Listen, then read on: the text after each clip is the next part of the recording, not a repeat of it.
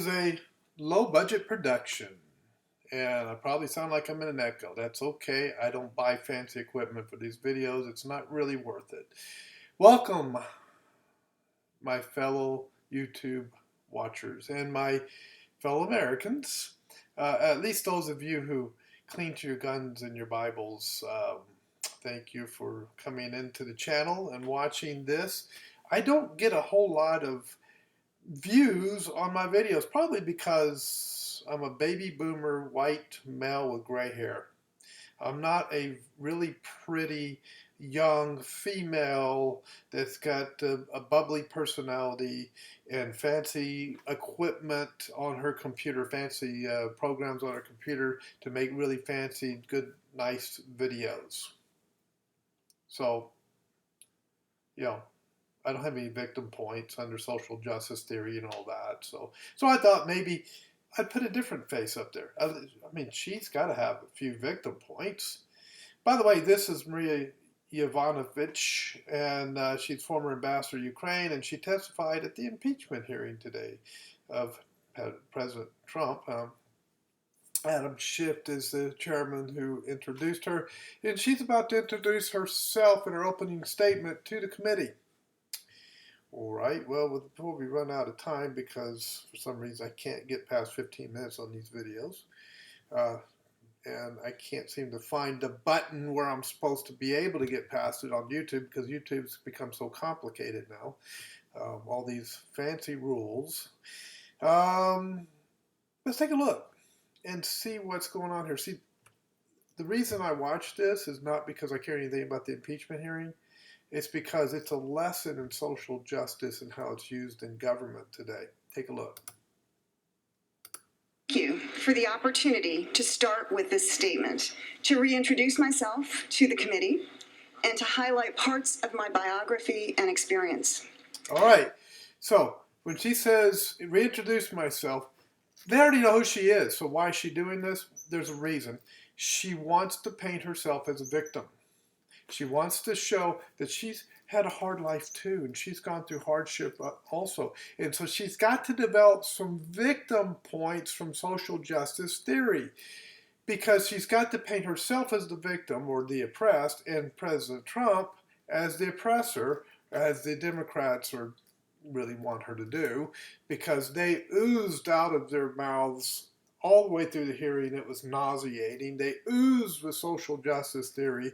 Oh, thank you for your selfless service. Oh, thank you. I'm sorry you have to endure this difficulty here today. I mean, geez, it was horrible.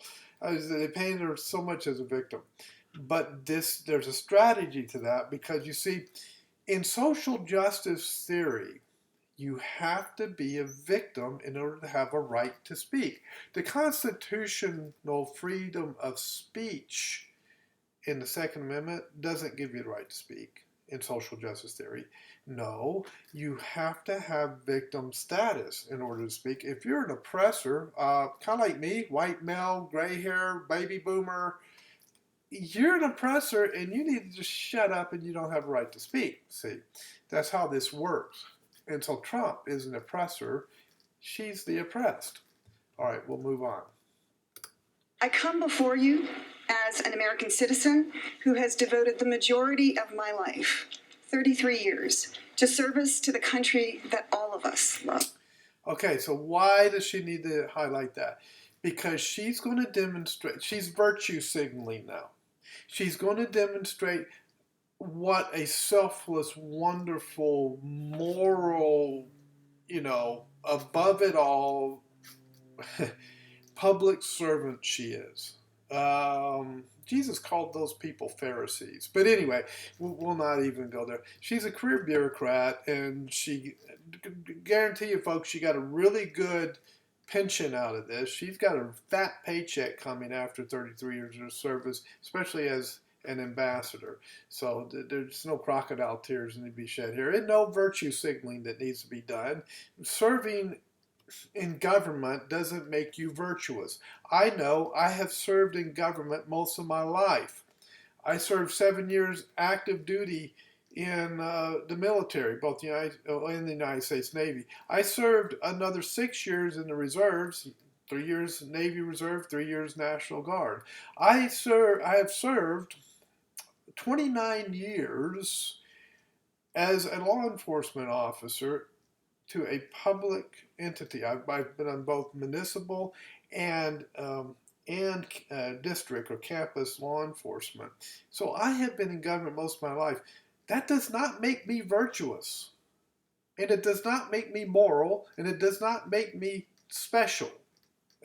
It just means I've got a nice pension coming, which most of you don't have.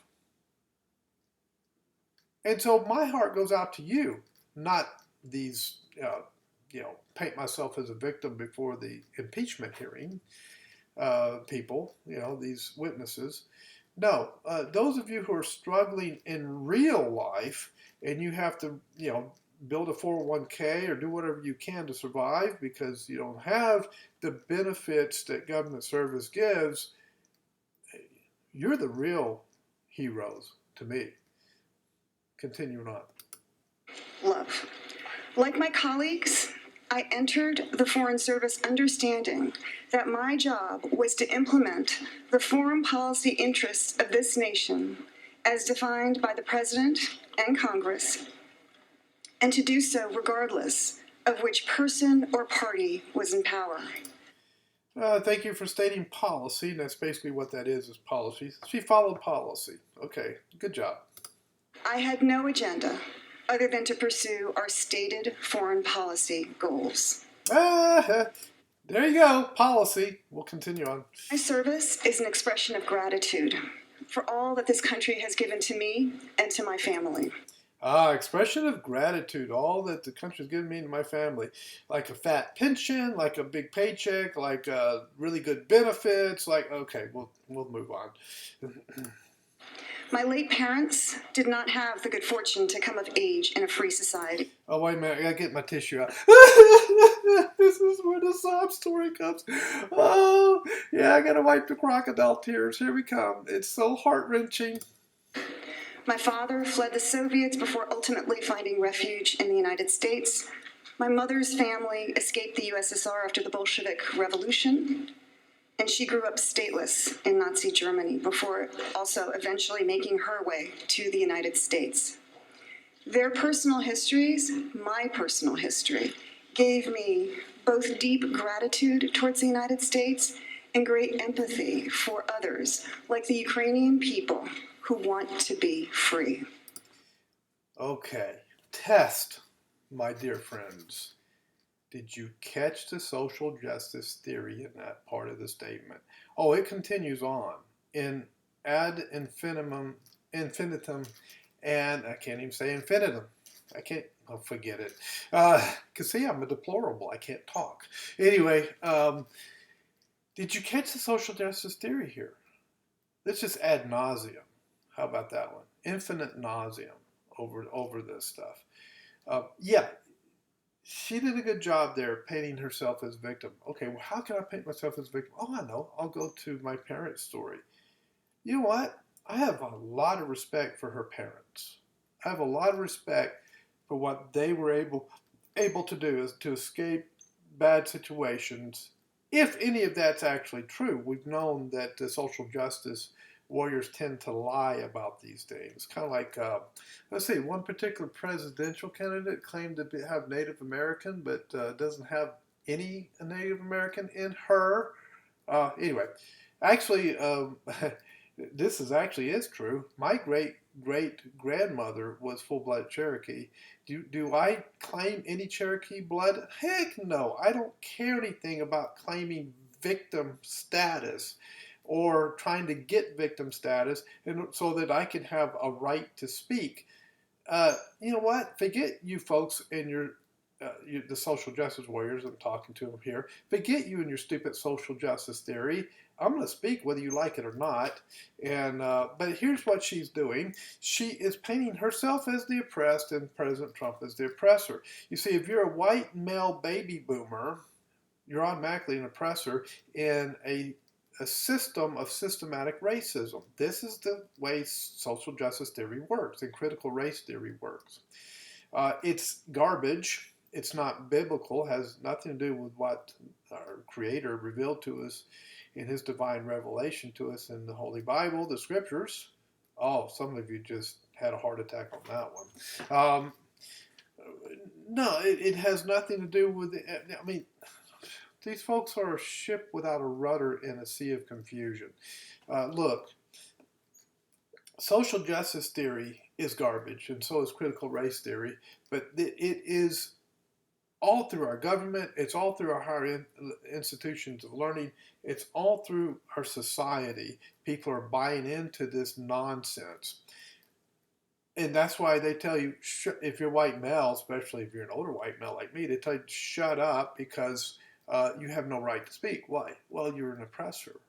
Only the oppressed have the right to speak. So she has to paint herself as the oppressed. So these hearings are really good lesson in how social justice theory works. Pay attention to the buzzwords: equity, diversity, inclusion. To pay attention to the paint myself as a victim mentality. Pay attention to these things because this is what our society is going to. This is permeating our society. It has saturated our society. Just some food for thought. Thanks for watching, folks. I'll catch you next video.